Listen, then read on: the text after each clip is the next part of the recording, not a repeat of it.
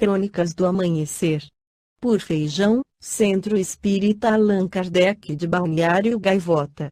Balneário Gaivota, 21 de agosto de 2024. O maior mistério sobre Deus na Bíblia continua sem solução. Parte 3.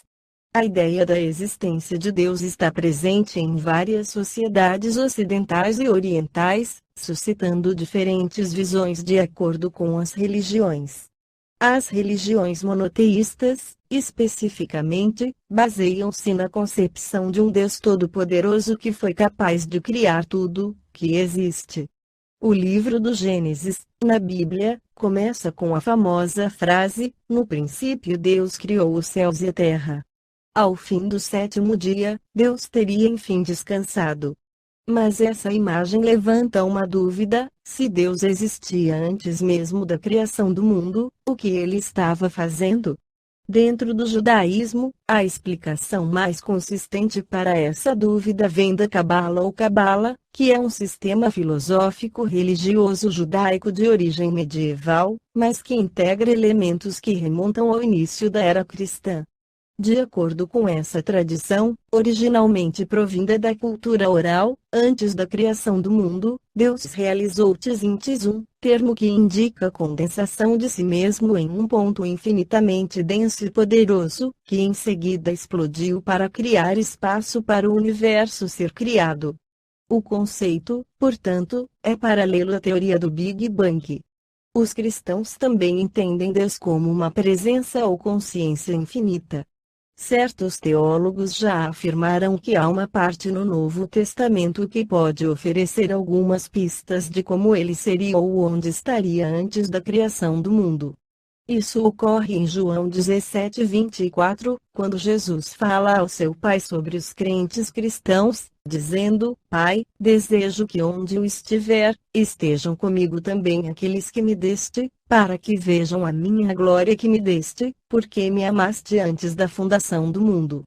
Assim, antes de fazer a sua grande criação, Deus estaria envolvido justamente no amor ao Deus Filho, Jesus, que é uma das partes da Santíssima Trindade, o Pai, Deus, o Filho, Jesus Cristo, e o Espírito Santo. Leon Denis, em seu livro Cristianismo e Espiritismo, afirma que Jesus trouxera ao mundo uma noção da divindade, desconhecida ao judaísmo. O Deus de Jesus já não é o déspota zeloso e parcial que protege Israel contra os outros povos, é o Deus Pai da humanidade. Todas as nações, todos os homens, são seus filhos. É o Deus em quem tudo vive, move-se e respira, imanente em a natureza e na consciência humana. Para o mundo pagão, como para os judeus, essa noção de Deus encerrava toda uma revolução moral. A noção da Trindade, colhida numa lenda hindu que era a expressão de um símbolo, veio obscurecer e desnaturar essa alta ideia de Deus. A inteligência humana podia elevar-se a essa concepção do ser eterno, que abrange o universo e dá a vida a todas as criaturas, não pode a si mesma explicar como três pessoas se unem para constituir um só Deus. A questão da consubstancialidade em nada elucida o problema. Em vão nos advertiriam que o homem não pode conhecer a natureza de Deus. Neste caso, não se trata dos atributos divinos mas da lei dos números e medidas, lei que tudo regula no universo, mesmo as relações que ligam a razão humana à razão suprema das coisas. Essa concepção trinitária, tão obscura, tão incompreensível, oferecia, entretanto, grande vantagem às pretensões da Igreja. Permitia-lhe fazer de Jesus Cristo um Deus. Conferia ao poderoso Espírito, a que ela chama seu fundador, um prestígio, uma autoridade, cujo esplendor sobre ela recaía e assegurava o seu poder. Nisso está o segredo da sua adoção pelo Concílio de Nicéia. As discussões e perturbações que suscitou essa questão agitaram os espíritos durante 3 séculos e só vieram a cessar com a proscrição dos bispos arianos, ordenados pelo imperador Constâncio, e o banimento do Papa Libério, que recusava sancionar a decisão do concílio. A divindade de Jesus, rejeitada por 3 concílios, o mais importante dos quais foi o de Antioquia, 269, foi, em 325, proclamada pelo de Nicéia. Os conhecimentos difundidos entre os homens pelo moderno espiritualismo permitem melhor compreender e definir a alta personalidade do Cristo. Jesus era um divino missionário, dotado de poderosas faculdades, um médium incomparável.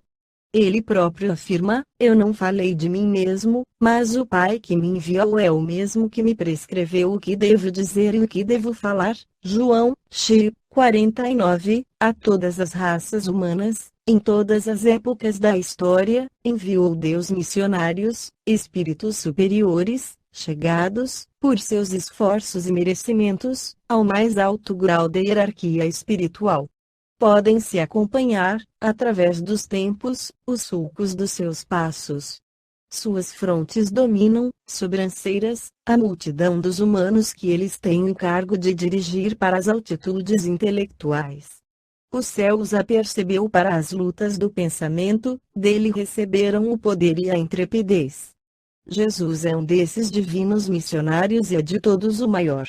Destituído da falsa auréola da divindade, mais imponente nos parece ele.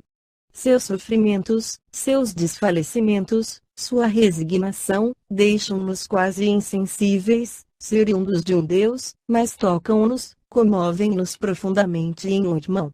Jesus é, de todos os filhos dos homens, o mais digno de admiração. É extraordinário no Sermão da Montanha, em meio à turba dos humildes. É maior ainda no Calvário, quando a sombra da cruz se estende sobre o mundo, na tarde do suplício. Nele vemos o homem que ascendeu à eminência final da evolução, e neste sentido é que se lhe pode chamar Deus, assim conciliando os apologistas da sua divindade com os que a negam. A humanidade e a divindade do Cristo representam os extremos de sua individualidade, como são para todo ser humano. Ao termo de nossa evolução, cada qual se tornará um Cristo, será um com o Pai e terá alcançado a condição divina. A passagem de Jesus pela terra, seus ensinamentos e exemplos, deixaram traços indeléveis, sua influência se estenderá pelos séculos vindouros. Ainda hoje, ele preside aos destinos do globo em que viveu, amou, sofreu.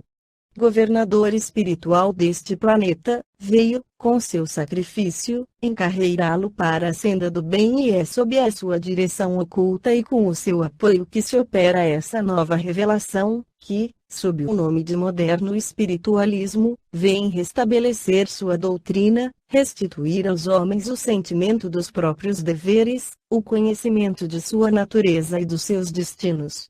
Esta foi a crônica do amanhecer de 21 de agosto de 2024. Por Alfredo Feijão Lopes.